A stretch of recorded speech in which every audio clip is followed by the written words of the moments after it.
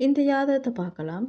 மேஷத்தில் கேது, சுக்கிரன் மற்றும் குரு, ரிஷபத்தில் சூரியன், கடகத்தில் செவ்வாய் மற்றும் சனி, துலாத்தில் ராகு, மகரத்தில் சந்திரன்.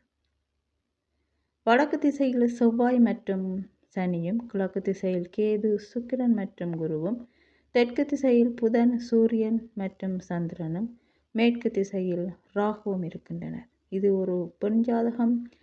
செவ்வாய் கோபத்தோடு சம்பந்தப்படுபவர். அவர் சனியோடு சேர்ந்து வலுவிழந்தார். சனி சந்திரன் வீட்டில் இருக்கிறது. தெற்கு திசையில் உள்ள சந்திரனோடு இடம் மாறுகிறது. சனி எப்போது மகரத்துக்கு இடமாற்றம் மூலம் வருகின்றதோ அந்த இடமாற்றம் எப்போ ஏற்படும்? குரு சனி இருக்கும் ராசிக்கு வரும்போது அல்லது சந்திரன் இருக்கும் ராசிக்கு வரும்போது, இங்கு குரு அந்த ராசிக்கு வந்தால் ஒரு வருடம் இருப்பார், அல்லது சனி அந்த ராசிக்கு வரும்போது இடமாற்றம் ஏற்படும். அப்போது சனி அங்கு 2.5 வருடம் இருப்பார். இதுவே நிழல் கிரகங்களான ராகு கேது அந்த ராசிக்கு வரும்போது, எந்த ராசிக்கு? சனி அல்லது சந்திரன் இருக்கும் ராசிக்கு வரும்போது இடமாற்றம் ஏற்படும். மற்ற கிரகங்கள் அந்த ராசிக்கு வரும்போது இடமாற்றம் இருக்கும். அது சொற்ப நாளைக்கு. ஏனென்றால் மற்ற கிரகங்கள் எல்லாம் மாத கிரகங்கள், நாள் கிரகங்கள். அப்போ அந்த கணக்கைத்தான் அது எடுக்கும். அப்போ குறிப்பிட்ட அளவைத்தான் அது கொடுக்கும். ஆனால் இங்கு குரு, சனி, ராகு வருட கிரகங்கள். அப்போது குறிப்பிட்ட ஆண்டுகள் அளவை எடுக்கும். சந்திரனை எடுத்தால் அவர் 2.25 நாட்கள், செவ்வாய் 45 நாட்கள், அப்படித்தான். அப்போது மேலே கூறிய குரு, சனி மற்றும் ராகு கேதுக்கள் வருட கிரகங்கள். அப்போது இந்த கிரகங்கள் இங்கு சனி இருக்கும் ராசிக்கோ சந்திரன் இருக்கும் ராசிக்கோ வரும்போது சனிக்கும் சந்திரனுக்கும் இடமாற்றம் ஏற்படும் என்று சொல்லலாம். அப்போது அந்த காலகட்டத்தில் மகரத்துக்கு சனி வரும்போது தெற்கு திசையில் உள்ள சூரியனோடு திரிகோண ரீதியாக தொடர்பு கொள்ளுவார். அங்கு புதனும் இருக்கின்றார். புதன் தோளோடு சம்பந்தப்படுபவர். இந்த காலகட்டத்தில் உடம்பில், இந்த ஜாதகரின் உடம்பில் வெள்ளை புள்ளிகள், வெண்புள்ளிகள் என்று கூறுவார்கள் இல்லையா, வெண்புள்ளிகள் ஏற்படும் என்று சொல்லலாம். வியாதி இல்லையா, அந்த வியாதி ஏற்படும் என்று சொல்லலாம். கோச்சாரத்தில் சனி கடகத்துக்கு வரும்போது அந்த அதில் இருந்து பார்த்திங்கன்னா சனி கடகத்துக்கு வந்து அப்புறம் 2ஆம் வீட்டுக்கு வரும்போது இந்த குறிப்பிட்ட காலப்பகுதியில் குரு ப்ளஸ் சுக்கிரன் ப்ளஸ் கேது சேர்க்கை இருக்கின்றது. அப்போ இந்த ஜாதகருக்கு திருமணம் செய்வதற்கான வாய்ப்பு, அதாவது இந்த ஜாதகிக்கு திருமணம் செய்வதற்கான வாய்ப்புகள் வருகிறது. செவ்வாய் கணவரை குறிப்பவர். இடமாற்றம் மூலம் சந்திரன் செவ்வாய் இருக்கும் இடத்துக்கு வரும். கணவர் எல்லா இடமும் பயணம் செய்யக்கூடிய ஒருவர். கடகம் கடலை குறிக்கும். சந்திரன் பெரிய நீர்நிலைகளை குறிக்கும். இதனால் இவரது கணவர் அடிக்கடி வெளிநாடுகளுக்கு பயணம் செய்வார் என்று சொல்லலாம். இந்த ஜாதகத்தை பார்க்கலாம். மிதுனத்தில் சூரியன், கேது, புதன் மற்றும் குரு, கடகத்தில் சுக்கிரன், துலாத்தில் வக்ர சனி, தனுசில் ராகு மற்றும் செவ்வாய், மகரத்தில் சந்திரன். இங்கு வடக்கு திசையில் பெண் கிரகம் சுக்கிரன் மட்டும் இருக்கின்றார். கிழக்கு திசையில் ராகு மற்றும் செவ்வாய் இருக்கின்றனர். தெற்கு திசையில் சந்திரன் இருக்கின்றார். மேற்கு திசையில் வக்ர சனி இருந்து தெற்கு ராசியோடும் அவர் சம்பந்தப்படுகின்றார். அப்போ தெற்கு ராசியில் சந்திரன் இருக்கிறது. மேற்கு ராசியில் சூரியன், கேது, புதன் மற்றும் குருவும் சனியோடு சம்பந்தப்படுகின்றனர். தெற்கு ராசியில் சந்திரன் சனியோடு சம்பந்தப்படுகிறது. சந்திரன் ஃபைன் ஆர்ட்ஸ் கலை, அதாவது கலைகளோடு சம்பந்தப்படுபவர் சந்திரன். இந்த ஜாதகர் கலைகளோடு சம்பந்தப்பட்டவற்றில் மிகவும் பிரபலமானவராக வருவார் என்று சொல்லலாம். அரசாங்கத்தால் அல்லது அரசாங்கத்திடமிருந்து 2 விருதுகளை பெறுவார் என்று சொல்லலாம்.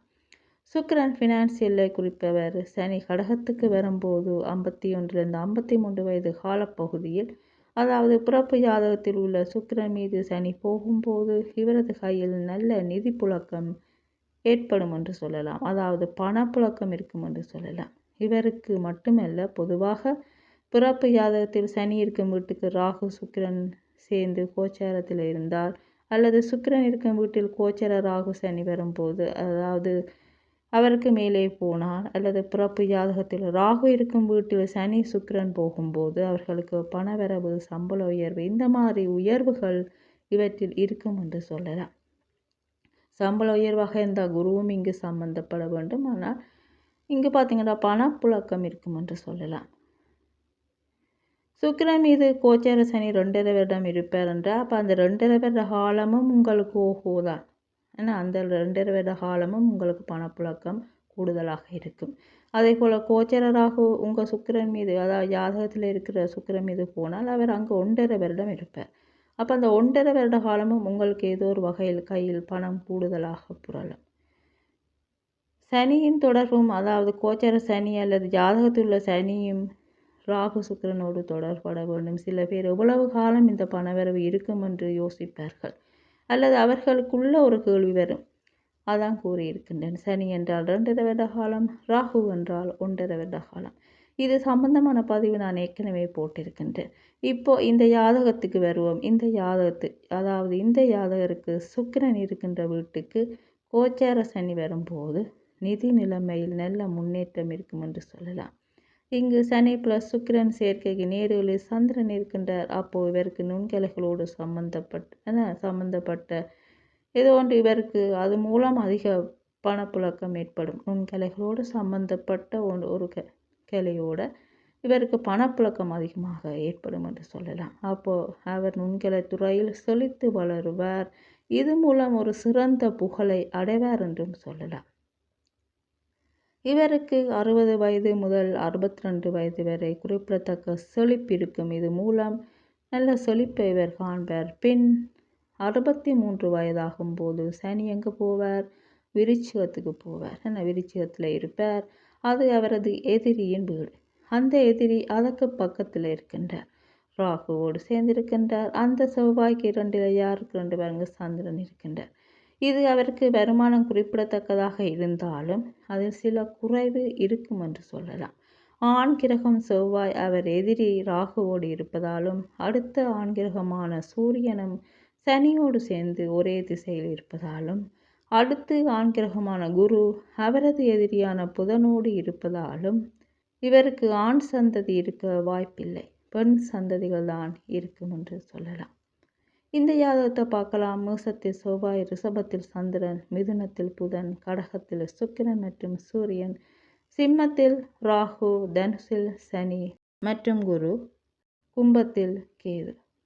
வடக்கு திசையில் சூரியன் மற்றும் சுக்கிரனும், கிழக்கு திசையில் செவ்வாய், ராகு, குரு மற்றும் சனியும், தெற்கு திசையில் சந்திரனும், மேற்கு திசையில் புதன் மற்றும் கேதுவும் இருக்கின்றன.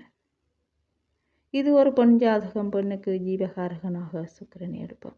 இங்கு இவரது கணவரை செவ்வாய் குறிக்கின்றார். அவர் வலுவாக இருக்கின்றார். அதே நேரம் புதனும் வலுவாக இருக்கின்றார். இங்கு திசை ரீதியாக செவ்வாயோடு ராகு, சனி, குரு சேர்க்கை ஏற்படுகிறது.